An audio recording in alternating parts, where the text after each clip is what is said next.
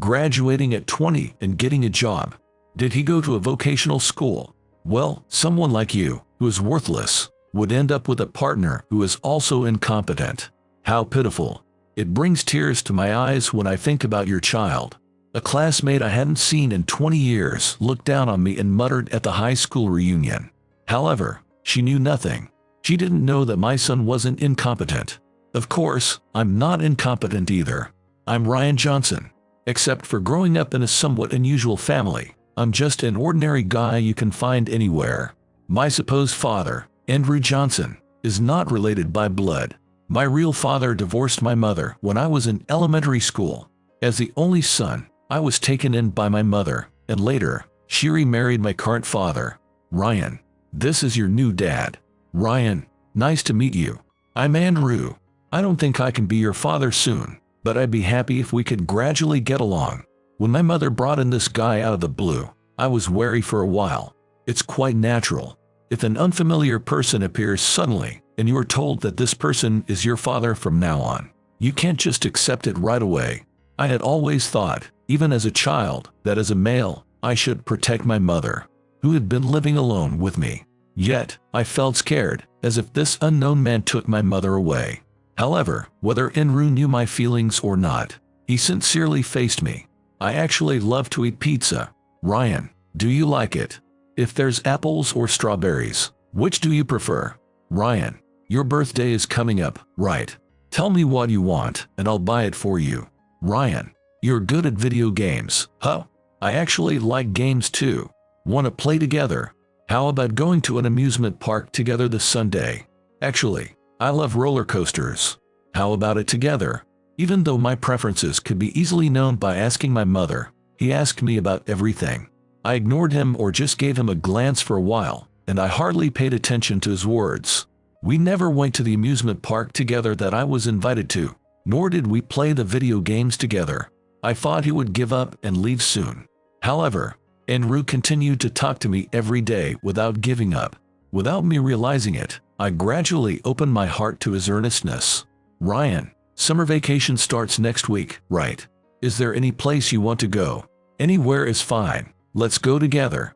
A few months after he came to our house. Usually, I would ignore him and eat breakfast alone.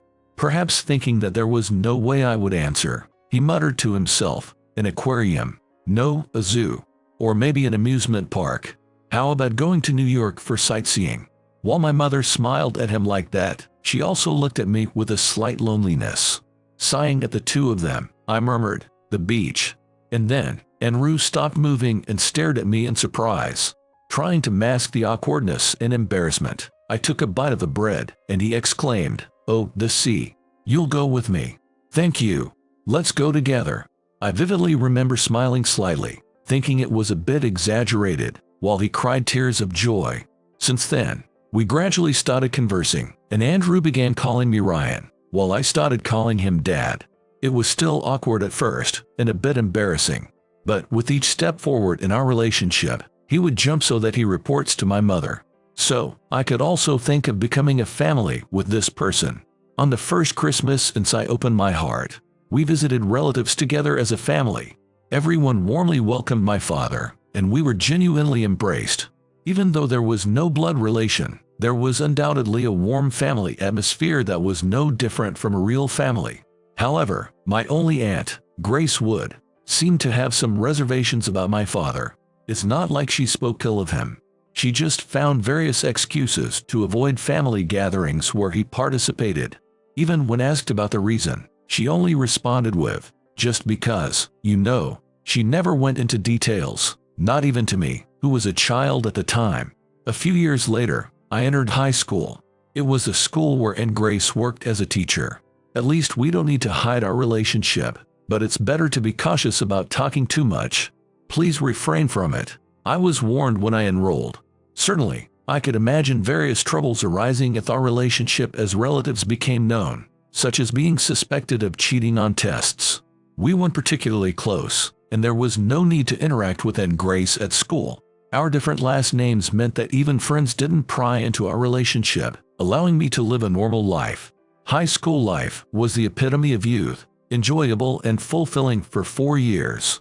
I enjoyed playing basketball, which I had continued from middle school, with my friends on weekends. I had some romantic experiences, and there was a time when I had a girlfriend. Although I struggled with studies and was scolded by teachers every day, it was still a page of my youth. However, there was one peculiar thing. That was the presence of Jessica, who was in the same class. She had a very well-featured face, to the extent that students from other classes and grades would come to observe her. And Grace even said, when she enrolled, it became a topic even in the staff room. A beauty like a model joined. Of course, it doesn't mean the teachers favor her for that, but I think she might be featured in the school brochure. Jessica was acknowledged by everyone as a beautiful girl, with a gentle personality that treated everyone kindly without discrimination. We had a normal relationship, just chatting casually rather than being friends, more like classmates. However, one day, she suddenly became distant. I couldn't pinpoint when it started. It just felt like I noticed it one day, so at first, I was skeptical. At least I hadn't done anything to her. I had never spoken ill of her, and I had no recollection of doing something to make her upset. We had a relationship where we greeted each other, engaged in a bit of small talk, and that was it. It was more like classmates than friends, so I had no idea why she would suddenly become distant. I had no clue. However, as I greeted Jessica with the usual good morning, she glanced at me and deliberately ignored me. Back when we were in adjacent seats, I once forgot my textbook and asked her to show it to me.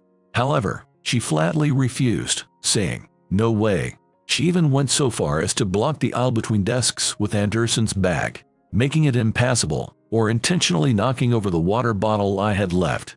Each of these actions was trivial and could be considered childish harassment. Even when I consulted friends about it, they didn't believe me. Instead, they said things like, "Jessica wouldn't do such things. It's probably your misunderstanding or imagination. You must have done something to make Jessica dislike you. Too bad." However, it wasn't a misunderstanding or imagination. I was not only perplexed but also beyond angry at the sudden change in attitude. And also, since she continued to ignore me when I tried to talk to her, I couldn't figure out the reason. In the end, I graduated without knowing the cause. Reflecting on it now, various memories come back. There were unpleasant moments, but the days spent with precious friends are irreplaceable. I got married later, and now I have a son named Connor. Even though he's already independent, from my perspective, he's still immature. I hope he continues to gain experiences and grow. While thinking about this, I gaze at the postcard that arrived this morning. It's an invitation to the high school reunion after 20 years. I wonder if it's ever been held before.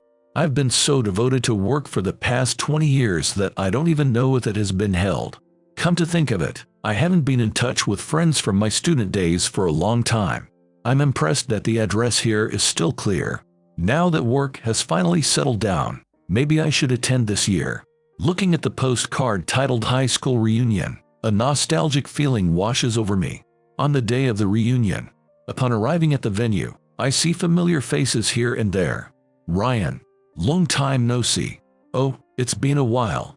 Hey, you've never come to the reunion before. I thought you wouldn't come today either. My bad.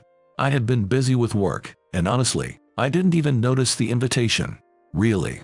I thought you just didn't want to come. Haha, no, that's not true.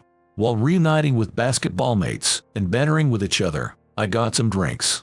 Meeting up with my old friends from the same class and teachers who took care of me. I feel like I've returned to those days in an instant. With nostalgic memories, the days spent with them vividly come back. Oh, this feeling of reunion after a long time. It's actually enjoyable. Hey, Ryan, heard about it. Your kid is quite outstanding. Huh? A friend from my class nudges me. Well, yeah. Without being modest, I proudly nod, and they laugh, saying, "Come on, at least be a little modest." Seriously, though, it's true that my son has done well. He must be pretty amazing to the point where you can say like that. It's thanks to his hard work and the support he received around him. Graduated and started working at 20, gained a lot of experience. He's come a long way. As we talk, suddenly, a mocking voice saying, "Graduated and started working at 20. Is he a vocational school graduate?" Incompetent parents breed incompetent kids. reaches my ears, and I turn around. What? Long time no see, Ryan. Could it be Jessica? Yes, it's me. The voice was from Jessica, with whom I had some trouble in high school. She approached me, sending a disdainful look my way. Well, I always thought you were incompetent, but having an incompetent child too. What are you trying to say? Oh, nothing. I just thought incompetence must be genetic. She laughed mockingly. During our school days, she ignored me, and now she's approaching me, talking. What on earth is this about? What does she want now, after all this time? My head starts to ache, and I want to leave, so I take a step back. However, she says, "Oh, you leave me behind, Ryan. That's sad. We just met after such a long time. Let's talk a little more. I have nothing to talk to you with. Oh, come on. Tell me more about your boastful son. He must be excellent, huh?" I sigh at her unpleasant smiles. Friends around me intervene, saying, "Hey, leave him alone," and diverting her attention away from me. But she, with shining eyes, looks down on me as if she's saying that she's been craving for this. Me. Well, you know, I'm currently working in the sales department of a huge trading company. I'm working very hard. You could say I'm a career woman, right? Oh dear. I shouldn't have said that myself. Anyway, I'm gonna make a big deal with a famous company. I'm the one who contracts the deal. Amazing, huh? You feel jealous, don't you? With considerable confidence in her sales skills, she brags. Watching that, I suddenly feel embarrassed and ridiculous about boasting about my son earlier. Oh, is that so? Want to know which company? No, not really. Well, just take a look. Ryan probably knows the name. Here, this is the website of that company. She forces me to look at the page. Upon seeing it, I freeze.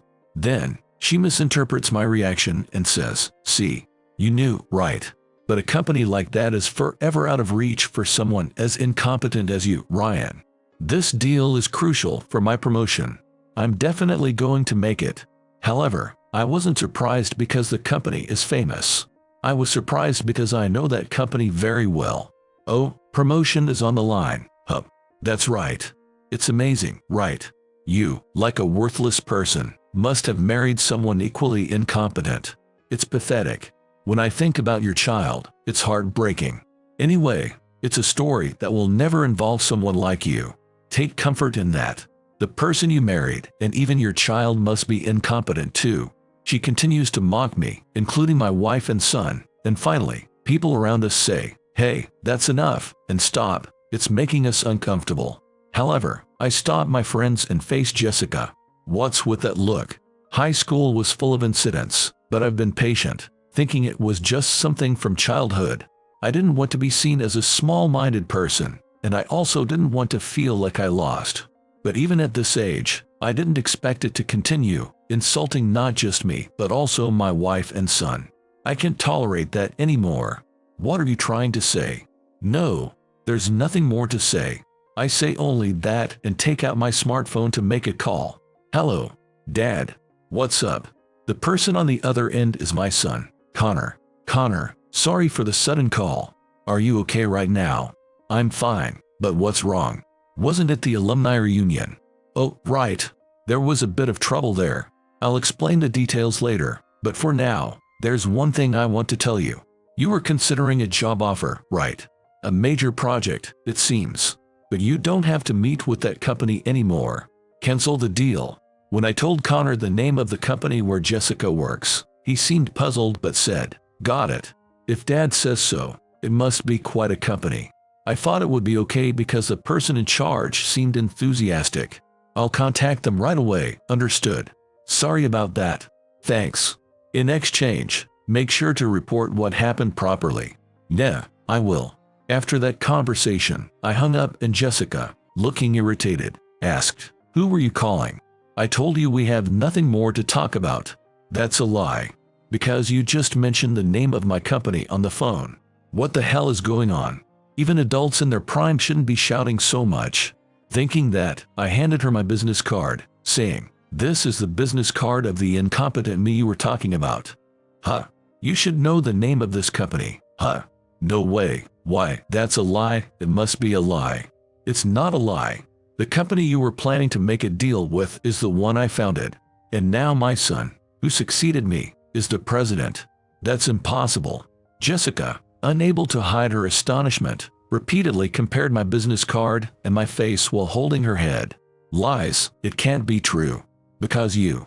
Just as she was about to say that, her phone rang. She flinched and looked at her smartphone screen after answering the call with fear. Hello, this is. In the next moment when she answered the phone with fear. Who dare you? What the hell did you do? A loud voice that could be heard even from a little distance. Of course, it was coming from Jessica's phone, and she also moved the phone away from her ear due to the loud volume. But immediately, are you listening? Hey, Anderson, could be heard. I am, sir. This is long story, but long story. Nothing to do with anything else. Do you realize how much loss it will be if this contract falls through? Don't mess around. I'm aware, but you're gonna take responsibility for this. Be prepared. Oh my. Jesus. Judging from the content of the conversation, it was probably a call from her boss. However, without waiting for Jessica's words, the call was cut, and she remained dumbfounded for a while. Then, as if coming to her senses, she raised her head and rushed towards me. Ryan. Shouting like that, she grabbed onto me, saying, I apologize for the past. I apologize for this time too. I've been through a lot too. I'm sorry. Please forgive me. If this continues, I'll be fired.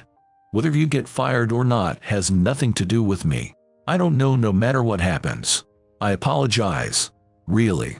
I'm reflecting. I'm sorry. Please forgive me. Please. Perhaps realizing the seriousness of the situation, Jessica clung to me, apologizing.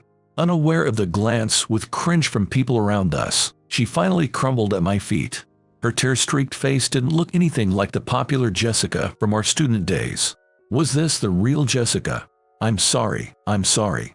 To her repeated apologies, I muttered, I wanted to hear those words much earlier. Whatever you say now is too late. Saying only that, I notified my friends, then turned my back on her. I felt sorry for disrupting the atmosphere of the long-awaited alumni reunion, but I had no regrets at all. Rather, I kind of feel refreshed, and I decide to leave the site. In the end, after that incident, it seems she was dismissed for causing harm to the company. Although Connor was repeatedly asked by her ex-workplace to reconsider the negotiation, every time he asserted, we won't negotiate with your company as long as there's someone as disrespectful as her. I wonder what kind of trouble Anderson caused. The representative from the other company seemed to have asked Connor while looking nervous. He said, I heard that the person in charge of the contract asked Connor about it. Connor probably told him the story heard from me. It seems that the representative promptly fired her. Well, that doesn't necessarily mean that the company is trustworthy. It was a company where there was a woman saying that high school graduates are incompetent. There might be other employees who think the same way. I plan to observe the situation for a while and reconsider whether to contract with them. Our company doesn't care much about academic background of people who work with us. Of course, having a good academic background may be preferable. However, our company values personality and ability more than academic background. Whether you're a high school graduate or a college graduate, we believe in equally thriving, improving skills. Speaking of Connor, his final educational background is a bachelor degree.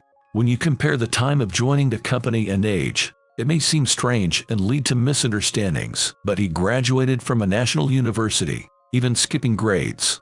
I didn't think Connor was so excellent, so I was initially bewildered, but now he's using his intellect to further expand the company. I can't easily forgive Jessica for belittling him like that. After being fired, I don't know where she is or what she's doing. However, based on the accounts of friends who witnessed that scene at the alumni reunion, it seems she moved to some distant place. Honestly, I have no more interest, and I even wish she would no longer be involved in my or my family's life. However, since then, I've been starting to think again about why Jessica hated me so much. It just doesn't make sense to be targeted with unwarranted malice, and it's incredibly stressful. However, no matter how much I think about it, I can't find any clues and end up at a dead end. At such a time, I suddenly remembered Anne Grace. Maybe she knows something. With a glimmer of hope, I contacted her. What happened all of a sudden? Well, there's something I want to ask. Something you want to ask. Yeah. Aunt, do you remember a girl named Jessica Anderson from my class? Jessica Anderson. Yay, the one who was pretty and talked about becoming a model for pamphlets, even among the teachers. Oh, that girl. What about her? I told her about Jessica. Of course, I glossed over the recent incident and only mentioned the minor harassment I experienced during our school days. Then, I see. Well, honestly, I vaguely remember her face. But I can tell you one thing about why she treated you so coldly. Although I didn't hear directly from her. One thing I can tell is that her parents are divorced, and her ex-father's name is Andrew Johnson. What?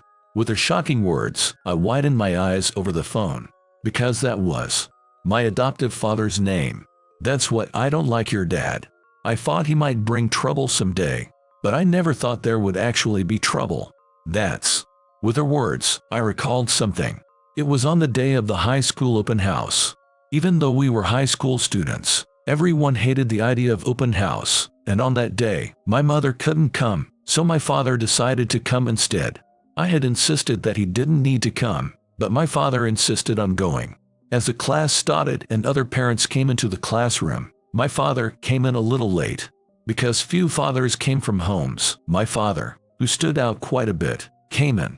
And to make matters worse, he waved at me. While I was complaining quietly, it seemed Jessica had overheard. Hey, Ryan. What? Could that person be your dad, by any chance? Yeah, he is. I never thought he'd wave at me. I told him he didn't have to come since I'm not in elementary school anymore. I see. That's him. With a nod, Jessica continued. Yes, it was that day. Since that day, when I remembered it, everything seemed to connect. Could it be that my adoptive father, and in the end, after that incident, it seems she was dismissed for causing harm to the company, were a blood-related parent and child? I had never heard such a thing from my parents. Well, Grace, could you tell me more in detail? Trying to get more information, I asked her, but she said, I've said it many times, but I didn't hear directly from her. So, it's just speculation. But I think her parents divorced because of Andrew's infidelity. What? Well, after your mother and sister remarried, he dated several women until then. Well, not at the same time as her, though. She had it investigated by a private detective, so there's no mistake. I'm not sure whether Jessica knew about this history or not, but being treated coldly and harassed, she probably knew it. The father who separated from her and your mother created a happy family elsewhere. Even if she resents you, it's not that surprising. Put myself in her shoes, and I might understand the feeling of wanting revenge. Maybe the mistreatment I received wasn't entirely unjust. I think so, but there's no way to confirm it now, since no one knows where she went. Grace, thank you. I'll try asking my father about it. That's better off as an idea. To confirm the truth, I headed to my parents' house. My father was in the living room reading the newspaper. How's it going? Is everything going well? Unchanged from my childhood. My father is kind. Could it be that this person cheated and abandoned his wife and child? It doesn't seem like that at all. However, I couldn't help but confirm it. I want to ask you something. I told him everything without hiding anything. About my high school days, about Jessica, about the reunion, and what I heard from Aunt Grace. Until all the stories were over, my father said nothing and just stared at me, listening. Then, he sighed deeply and bowed his head to me. I'm sorry. I was planning to take it all to my grave, but I didn't know it would turn out like this in a place I didn't know. So, everything I heard is true. Yeah, most of it is correct. But I never thought Jessica would be in that school. My father smiled with a distant look in his eyes. Certainly, Jessica's mother, Kate, divorced me because of my infidelity. That's why we got divorced. But I regretted it and reflected deeply. I tried to reform and become a better person. However, Jessica didn't forgive me. It's natural. She cursed me. If I dated someone, she would always follow me. Really, she would follow me from behind all the time. So I ended up breaking up with several people because it didn't work out well, and in the end, I moved away, thinking she wouldn't follow me this far. Honestly, I didn't know that my father divorced for that reason. I didn't even know that he was once divorced. Perhaps that's why he didn't want to share much about his life and his past that much. I don't think I've caused you trouble. I never thought my karma would affect you so much. I'm genuinely sorry. Although my father expressed his apology, my heart was unexpectedly calm. Of course, what my father did, cheating and hurting Jessica and his ex-wife, is not forgivable. Even if he's said to have been a victim of Jessica, he still did something unforgivable. But the father in front of me is undoubtedly an important family member to me. He patiently faced me, who had closed off my heart. If anything, it made me feel like I couldn't blame my father. Rather, he told me everything, and I even felt a sense of relief. However, if there's one thing to say, I'm not the one who should apologize. The one who got hurt is Jessica, right? Yeah, you're right. I caused her to be like that. In the end, Jessica got caught up in revenge and even resented Connor and me. The one to whom you should apologize is not me. It's to Jessica. However, we don't know where she is. I can forgive what she did to me, but I hope that someday my father and Jessica can face each other and talk. That's what I hoped for. There's this proverb saying if you curse someone, you'll end up in the same situation. This means that no matter what the reason, if you curse and hate someone, you'll inevitably receive retribution. If Jessica and I had faced each other properly during our student days, perhaps things wouldn't have turned out like this. Everyone can make mistakes. That's why there's a need for time to reflect, and we need to treat those who have reflected on their actions normally. Of course, there will be limits to what can be forgiven or not. Jessica, who got caught up in the past and turned dark, might also be a victim of my father. Still, directing her anger towards different people is way off the mark. I hate the sin but not the sinner. Instead of looking back, I want to always face forward and move on. That's what I thought.